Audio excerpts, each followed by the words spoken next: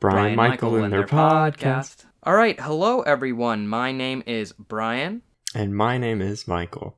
And we together collectively are checking it twice. Checking it twice. Because what we do is we're making a list of Christmas specials and movies that we love. And we check that list twice because I check it and Michael checks it. So it's 2 times. It's twice. Thanks. And today is the day because it's December 9th. It's December 9th. And you know what that means. It's time for Mom to come and watch Rudolph the Red-Nosed Reindeer. We always get together every year, December 9th. Yeah, every single year. Of course, now, in case you didn't know, if you didn't look at the title, we are talking about Abed's Uncontrollable Christmas, the stop-motion animated episode of Community. A real classic, I must say. They talk about December 9th in the episode as being the day that, of course, Abed's mom comes each year. And it did, in fact, actually air on December 9th, 2010. So this, on the day that this is uploaded, it's the 10-year anniversary. And let me just say, this is a phenomenal feat. Like, wow. Oh yeah, it's an awesome episode. This is the first time that I've watched it, like, at this time of year, and it really, like, elevated it to, like, a whole new status. It was great. Yeah, because I watched this one a lot, because I'll just go through the whole show, because I love Community so much. Same. The only times I've watched this episode were when I watched the show, and I've seen it in full twice. And neither of them have been around Christmas time. So this is the first time that I get to watch this Christmas episode at Christmas time. Hooray! Yes, and I think what I really want to talk about with this one especially is we mentioned that it's stop-motion animated, and I feel like a lot of episodes, especially since this, have taken the route where they'll do a different medium. It'll be like an animated episode, could be stop-motion, could be anything, and it'll just be more for the novelty of it. The gimmick, it's like, oh, look at what they're doing. I thought that the video game episode of Community was kind of like this if it was done, like, poorly. I think this episode is what that episode wanted to be. It kind of, like, played around with the concept of it being a Christmas special, so, like, inherently it's already a special episode that people will revisit anyway. And people already associate Christmas episodes with, like, stop motion specifically, just because of just how many specials are stop motion. And so I think that it worked really well, and it also, like, completely 100% fits Abed's character. Yes. Because, like, we do plenty of episodes, like, similar to this, where it's, like, the focus is on Abed, and so everything is, like, kind of off the rails and weird. This episode is off the rails and weird, but, like, it's still special, and it doesn't feel like it's out of place, and, like, okay, they're just doing this to get a bunch of people who don't usually watch the show to watch the Christmas episode, boost ratings for the episode, and that'll be that. Digital Estate Planning is the name of that episode. And I do like that episode, but I agree with you that while I like it, I definitely agree that it does not succeed as much as this one does by any stretch of the imagination for a couple of reasons. One of which is that, as you said, this is so, like, a perfect fit for Abed's character. The only real nature of additional exposition that they have to do is like, okay, well, we already know that Abed has this kind of like a fraught relationship with his mother having left. We've established that since like very early on, as early as the 3rd episode of the whole show.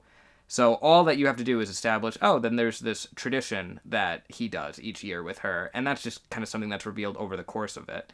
Whereas the video game episode, Digital Estate Planning, you have to be like, all right, we established this stuff with Pierce and his dad, but, like, also we want to force you to accept that there's this whole weird thing of, like, they have to play this video game to win the fortune and, like, all of these there's a lot that episode asks you to accept, and you kind of have to just be like, all right, not only is the cartoon world that they're entering in the video game a cartoon world, but they're kind of also in a cartoon world operating on cartoon logic.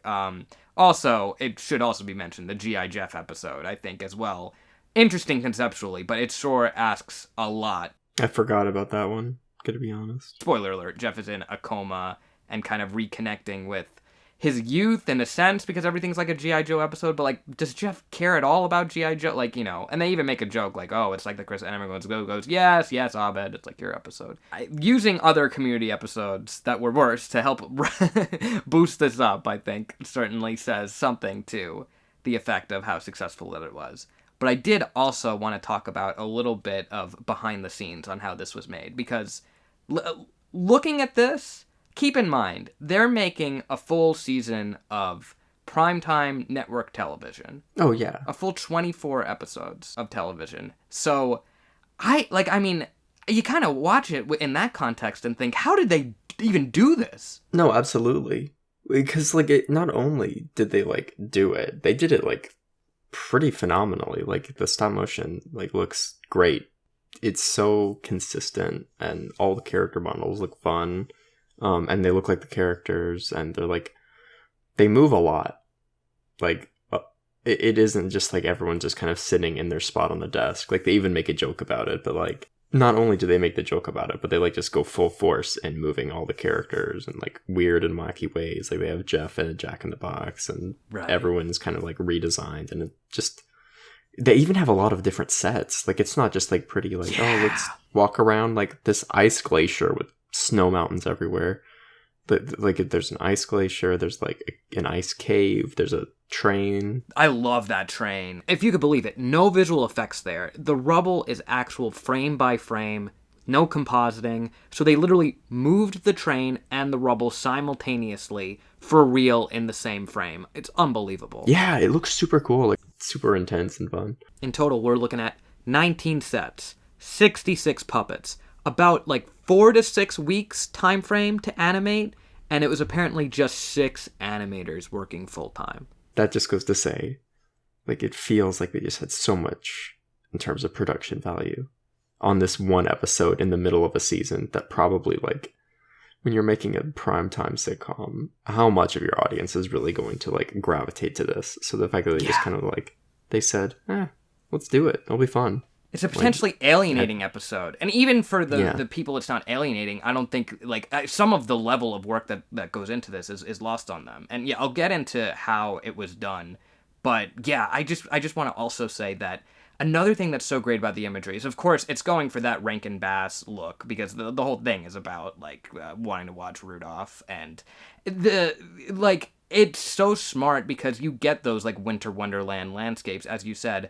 But it also has that combination of other elements, in the sense of you have the real world colliding with it constantly, because the whole idea, the premise is that Abed, he is imagining everyone as being stop motion animated as a result of the trauma that he's going through, and Professor Duncan kind of seeks to cynically capitalize on this by thinking, it's a highly publishable delusion, so if we get everyone together in a group therapy session, I'm going to get a really cool study out of this. So what's then so smart is you get elements of reality. Of course, at the beginning, it starts in the real community world, and just the cadence of it and the look of it and everything feels totally on point.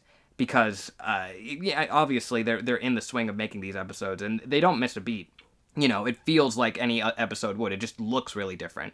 But then once you get... I completely forgot to mention that, they even had all the sets of the school. I was just thinking of, the Winter Wonderland version. You see them for a few minutes, and that's it. You can move around more. Not much point in being animated if you don't. And, they call it out and take just full advantage of the medium. And once, that table rises into the air, goes into outer Christmas space, and Duncan keeps, popping in and out through, that rift into the study room, which is such a cool visual touch.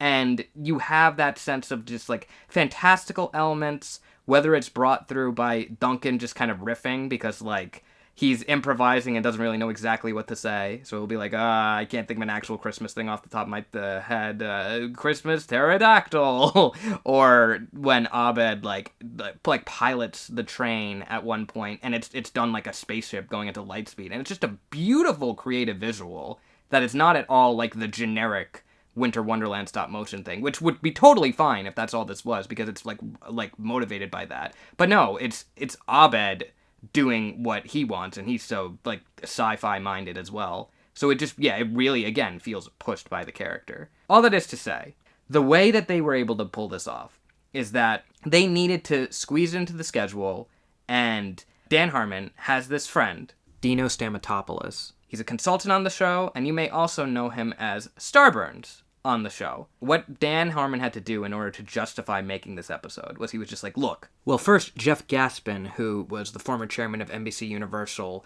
had a meeting with Dan where he said something like, oh, I love your show. It reminds me a lot of Family Guy. You should do an animated episode. And Dan was like, okay, so this person probably isn't too familiar with our show, but I'm going to exploit that comment and use that as justification for why we're doing this to the network. But still, he really had to push hard. He said to the rest of NBC, it's going to be like this episode doesn't even exist. Like, no writer's going to be taken off of work for it. It's not going to delay any other episode. There's no extra hiatus, because I'm just going to take this and do it with my friend. We'll just do it on the side through his company, Starburns Industries, which has also done stuff like, like Moral Oral and things like that for Adult Swim. Later did, you may be familiar with Anomalisa, the Charlie Kaufman film that was Oscar nominated. We had a window with the writing staff, and they talked to everybody, and they were like, okay, why are we going to do a stop motion episode? Because if it's detached from the canon, then there's no real point in furthering the overarching narrative of the story. So it has to be grounded. So, why is it stop motion? It can't be just them doing homework while in stop motion. And then they were like, oh, Abed's mind. It's how he sees things, and then that is how we'll justify it, and all the visual splendor in it. I think it just really then kind of fits, because I don't know how else you could justify this nearly as well, and it just impresses me so much. Me too. I didn't know any of that. I didn't know Starburns was a stop motion person. That's really cool. I just thought he was just a guy that they have as a reoccurring character. Man, that's just super fascinating, and I didn't know that they were yeah, we'll do it in our own time. Yeah, you could even find, there's a great video online of Danny Pudi and Alison Brie, who play Abed and Annie respectively, visiting where they were making the stop motion animation. It's criminally underviewed. It's really cool. I know Dan Harmon talked about, because we already discussed the Peanuts Christmas special, and the whole thing is he kind of felt the pressure of, oh, everyone's expecting this to fail. They're waiting for him to fail on on this weird network show he's making. And he's like, oh, I did him a favor by making this ridiculous episode. But he was thinking about how hard that Charles Schultz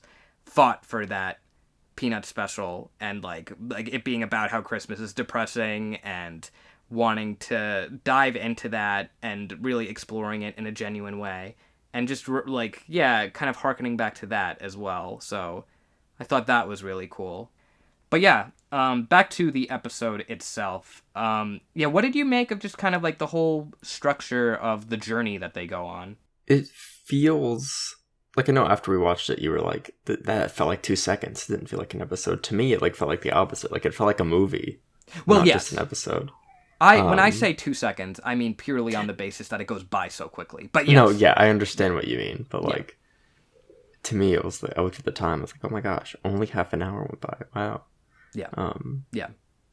So much happens, and it doesn't even feel rushed. Nope. Right? They do the whole Willy Wonka style, everyone kind of one by one gets kicked off of the group, and none of it feels like they were okay, a few minutes went by, we only have a few minutes left of the episode, goodbye, you guys. It all felt in line with their characters and how they all kind of reacted to Abed's Uncontrollable Christmas. That's a really fantastic point, because I'm watching it, and what you have to keep in mind is that a lot of these Rankin Bass specials, including Rudolph, these are hour-long specials, and they're doing it in half the time, and they also have to even do the wraparounds to justify the fact that they're doing this crazy Winter Wonderland-themed adventure in the first place. So they really don't have that much time. Yeah, even when he gets rid of Britta. That one's the one that probably should have felt like they were okay, we only need a few people at the end, so goodbye. But just the way that it was presented and how that whole sequence was laid out, it just felt like he was yeah, this isn't an episode of TV. This is just a camera that happened to be on these two people at this time. Yeah. So we'll say, because you mentioned how like visually inventive that it is in terms of like Jet being like the Jack in the Box and stuff. It's so clever because every Abed imagines all of his friends as like different like manifestations of like toy type things, and it's of course all very like decided by how he not only like what their archetypes are, but specifically how he views them, which I feel like is like it perfectly rides the line between it just being like, oh, here's a stereotypical bearing down of the character, and no, this is like Abed's view on them. Sterling's upset that Abed sees her as this baby because, of course, then she's then entitled about what the meaning of Christmas is as the only Christian in the group. And there's that great line with the double meaning from Britta of maybe if you cry enough, he'll change you, which I thought was really creative, both as a baby being changed and also the manifestation of her being changed. I did not even put together that it was a pun on the fact that she was a baby. This is the first time that I'm putting that together. Here's the thing. The dialogue in Community is so layered and smart and rapid fire. You have to be paying such close attention to catch the levels that these jokes are working on, genuinely. Because there's so much interesting stuff happening in this episode, purely on a visual level, that the writing, it didn't have to be that sharp. But it really is. It's just as sharp as any episode. And yeah, as you said, the part when Britta gets kicked out, because Jeff, like, what they do with Surly is it's very humorous, because she mentions the fact that it's therapy. They're trying to not tell Abed that it's therapy, it's that it's a Christmas adventure. So that's when Duncan sends her away with the Christmas pterodactyl. And Jeff also goes away in a very comical fashion. And I thought that was also a very subtle touch in that it could have so easily been that Jeff is condescending Abed's condition because, like, he doesn't seem to really, like, be taking it that seriously. But what he's not taking seriously is the way that Duncan is treating this. He's condescending Duncan's approach and not Abed's mental state, because he's like, oh, you're playing with so much fire.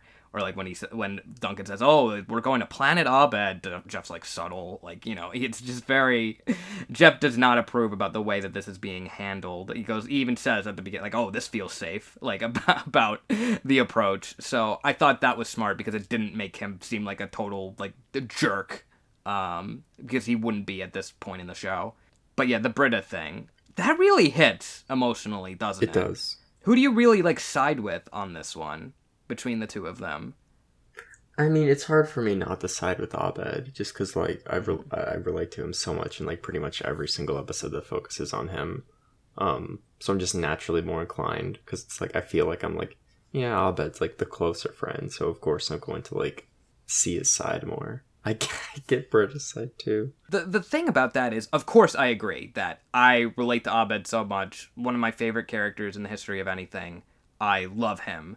So I would be biased in that sense. But I have to say, like, what's so interesting about this is that even before we get to that point, Britta's thinking that she'll be kicked out pretty soon. And Abed says, no, it won't be for that reason. So he almost, like, it's like predetermined in his mind. Like, it's almost like it's not even giving a chance to Britta, really. Because he's just like, I already know that, like, he says, I can't have anyone going beyond this point. That's on the Christmas Wizard, which is what Duncan dubs himself. I can't have anyone on his side.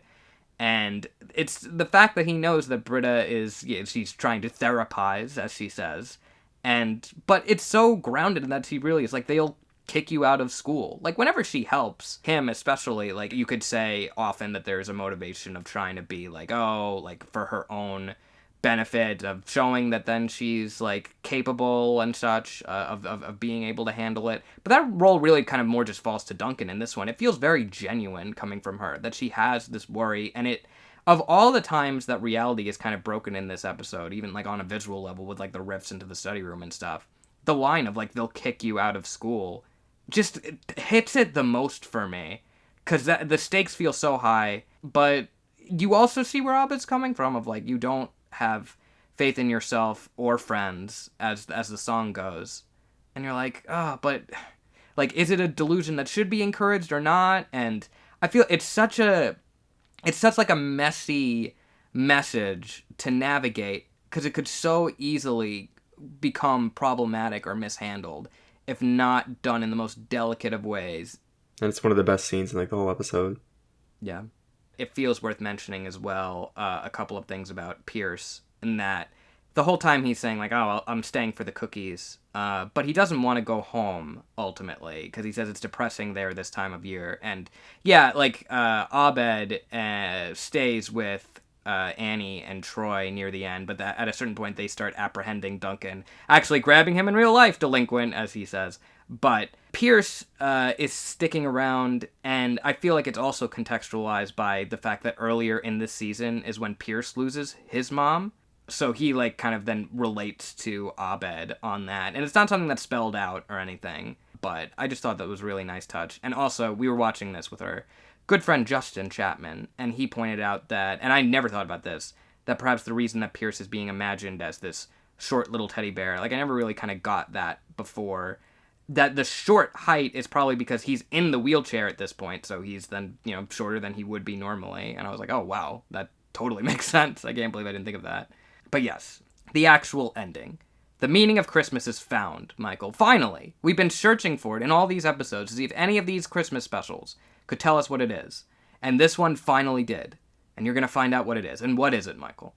It's inside of a box, in a box, in a box. And inside of a DVD box itself, because it's a lost DVD. Season 1, specifically. Season 1. A metaphor, because it represents lack of payoff.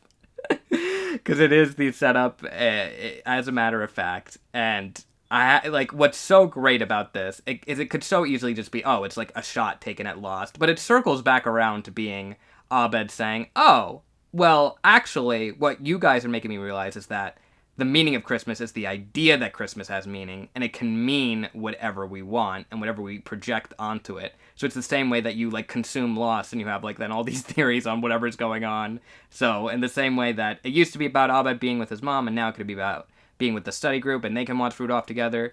You can watch Lost, take anything you want out of it, and that's really what's going to be great about the experience. So he says, thanks, Lost. And the writing crew did actually get sent Lost DVDs after this episode aired. So I think by Damon Lindelof himself. Actually, not even the DVD. It was the full, complete series Blu-ray, which, that's just great. Yeah, the idea of, like, how this episode comes down on the notion of a delusion and the lack of reality, I find very fascinating and potent, not only to the idea of, like, a fantastical Christmas special, but also the essence of Community itself. It's so much about always breaking down reality. So it's like, what are we doing here? Because the concept episode, like the fun little gimmick in this, is a result of mental turmoil. So is this really something that then we should watch and ethically enjoy? And this episode somehow finds a way to come around to saying, you know what, Duncan, it's not that we're enabling a delusion or putting too much meaning into Christmas. The delusion you're trying to cure is called Christmas, and it happens when we support each other. And the craziest thing that happens is that insanity becomes true if we all believe in it together. Because what is it other than just, it's this time at the end of the year, doesn't have to mean anything. But like us all getting together in a healthy way and being there for each other, like, and having a celebration about it at the end of the day. Like, oh, it's fine. Let's stay stop motion animated for the rest of the episode. It just feels right. And they come onto Abed's level for it, and it works. It, like, I don't know how they did it. Like, it's like the impossible goal of that it addressed something very genuine while still embracing the fantasy of it. And I'm so impressed. I'm so impressed on a writing level. I never fail to be impressed watching this. I mean, I think it would be a crime to not mention the Dean, because he's here. Love the Dean. The Dean. He has a little role, but it's a great role. He's in a little role, and then they still were like, let's make, like, this whole character, like, physically, and, like, animate him. A nice attention to detail. Even he has a little, I mean, it's an A to B arc, but in the beginning he's like, oh, very much like trying to support any denomination that you believe in, like doing the traditional, like, oh, like very inclusive style. And at the end, he's just so, just so frustrated and goes, you ever just want to say Merry Christmas? It's just, Really nice. No, I think they do a good job touching on that component as well, because obviously there are other community Christmas specials, and we would love to cover them as well in the future. But it really felt fitting to focus on this one for the anniversary. But obviously the season 1 episode got into a lot of the exploration of different religions, so that aspect isn't forgotten here. It's acknowledged, and they say that, like, Abed, he is Muslim, but he still loves Christmas, and that you totally buy that based on that, like, he would have the affinity for all of the pop culture about it. I also love, Justin also pointed this out, the part when Duncan goes, how many fingers am I holding up, and more importantly, are they still made out of clay? He's denying the fact that he's animated. John Oliver's always denying the fact he's animated, even when he's Zazu in the quote-unquote live-action Lion King. It's not animated. He's not. It's that, Michael, could we really call this an animated episode? Technically, it's a real, like, it's in live action. They just took pictures and put them together really quickly. So is it really an animated episode? Yes. I don't know. Vote in the comments. I think it is. And here's my case for any commenters who haven't voted yet. Yeah. Because you're taking real life, like, things that don't move. Yep. And you're giving the audience the illusion that they are moving. Like a Christmas wizard. Michael, I was just totally joking, but that's actually beautiful. The idea that the animation itself is this delusion. Or illusion. Not a delusion, it's an illusion. What's the difference? If we watch this and really believe that all of these figures are moving around, I mean, they aren't really. But we buy into it. And you know why we buy into it? Because it's Christmas. And we want to believe it. So we do. We know that there's nothing really there, but why would you not share in the joy together and love this great episode? Just because it isn't real. Wow, Michael, this is profound. This got very profound, I have to say. It's a great little touch at the end. They never actually go back to live action, even if for a shot, which I just love. I always find it a shame when there's an episode that fully embraces a medium and then just for like one scene will go out of it. But they're very clever in that you can see the reflection of like the images of their live action selves on the TV when the group watches Rudolph the Red-Nosed Reindeer together. My last question for you would just be, what do you feel like that signifies? I mean, I think it signifies that they're all like just sitting there in live action together, but they're all like kind of putting on their little Christmas hats and letting the Christmas magic kind of like take them into the world of Rudolph. Right. There's just such a brilliance too, because like, of course, we're totally buying into that it is these real characters, but when you actually see them in the flesh, the ones that we see in all the other episodes, it does make a difference in showing that, yeah, no, this really happened. Like, this isn't just a non-canonical lark. It goes back to what they said when they were approaching it from behind the scenes. Like, they didn't want it to just take place outside of the canon. And there's an added layer of brilliance to the fact that it's done through a TV screen being portrayed in the show. So it's like on the TV itself is the thing that is actually real, and the world of the TV has seeped into the fictionalized setting that we're witnessing. So it's like everything is inverted. And that's just a little visual detail that probably a lot of people don't see, at least on first watch. So I didn't see it on the first watch. There was a whole lot to say about this episode. It's a really dense episode of television in the best possible way. And yeah, I just love it. And I'm really glad he added Jehovah Witness Bay for Troy. That was nice. Thanks, man. Thumbs up. But yeah, like this episode's on Hulu and Netflix, so you know. Yeah, or get it on Blu-ray. If you're interested in checking it out after listening to an episode of a podcast that's longer than the episode itself. Easily longer. But look, honestly, there's stuff to break down in like each little like moment of this. So it's hard for it to not be. Yeah, we didn't even like mention Chang at all. Yeah, we didn't even mention Chang, the snowman. He wishes he could be a part of this. He wishes he could. Or the theme song. The great rendition of the theme song. Oh my god, how did we forget the theme song? It gets so in my head. Yeah, Abed, he changes the lyrics of the traditional, At Least It Was Here theme song for Community by the 88. Yeah, it's so exciting. Like at the end of the theme song when you get like the title card. Yeah. Because like the show doesn't typically have title cards. But like it also makes it feel more like cinematic, even though it's still like a 22-minute episode. It does. Oh, it's so cool. And yeah, it fully also furthers the idea that, yes, Abed is the one that is creating this TV world, so of course he would sing the theme song. Abed goes on to sing all the lovely little songs in the episode by himself at first, which just further illustrates that we're rooted firmly in his mind. And then eventually Annie sings a bit, and finally at the end everyone in the main cast joins in together, and it feels just so satisfying. Ludwig Göransson killing it with the music. Went on to do Black Panther and The Mandalorian. One of my favorite composers working today for sure. So that brings us to the end of this episode. I just wanted to ask real quick, Michael, what's coming up next? Well, you'll have to wait and see. It's like a Christmas gift that you get to open up.